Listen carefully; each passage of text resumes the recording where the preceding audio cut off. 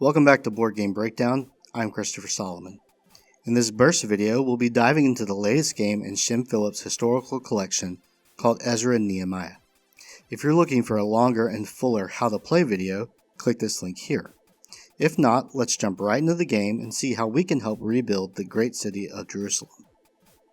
Ezra and Nehemiah gives players a chance to play cards and deploy workers over a 3-week period into the city of Jerusalem to complete certain tasks. Each week acts as a round in-game, with players taking 6 turns representing 6 workdays in the week. Between rounds, players will take part in the Sabbath, where they will feed their workers and resolve the prophet's judgment. On a typical turn, players will place one of their cards from their hand onto their player board. This card mainly acts as a way to collect one of the 3 colored banners in the top left corner. It can also be used to gain resources, silver, food, and other things if players choose to use the trade action at the bottom of the card. Once the card is placed, players will count up all visible banners and spin these banners on one of the 3 main actions. Red banners help players to build up the temple as well as spending resources to keep the altar burning.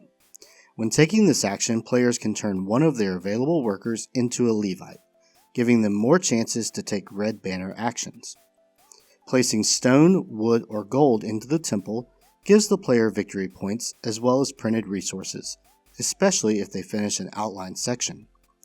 Placing wood or ashes into the altar keeps it burning, allowing players to move their altar token down the altar path.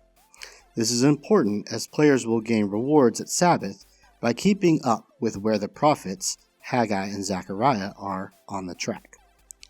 Blue banners give players a chance to teach the Torah by turning workers into scribes and placing them into one of the rows of scribe tiles in the top right of the board. The tiles give players access to one of the hero cards, as well as tiles that help the players be more efficient throughout the game. If players make it to the top row, they'll gain access to tiles to enhance their in-game scoring. Blue actions also give players the ability to move their tent around the map, gaining more bonuses as they go. Lastly, gray banners are what allow players to clear rubble and rebuild walls and gates around the city.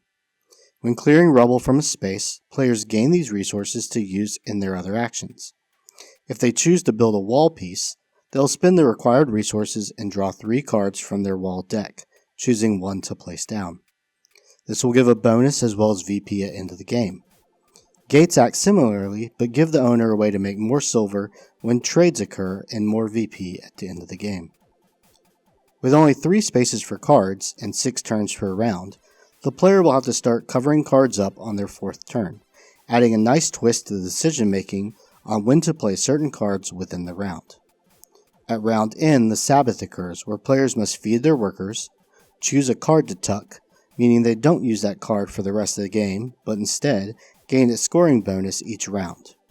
It is also time to see where their altar token is compared to the prophets, gaining bonus resources and points, or even losing some if they are behind.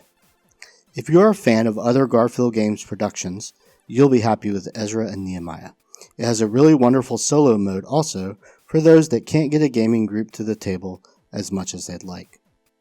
Please visit the website at boardgamebreakdown.com for more reviews and videos, and thanks for watching.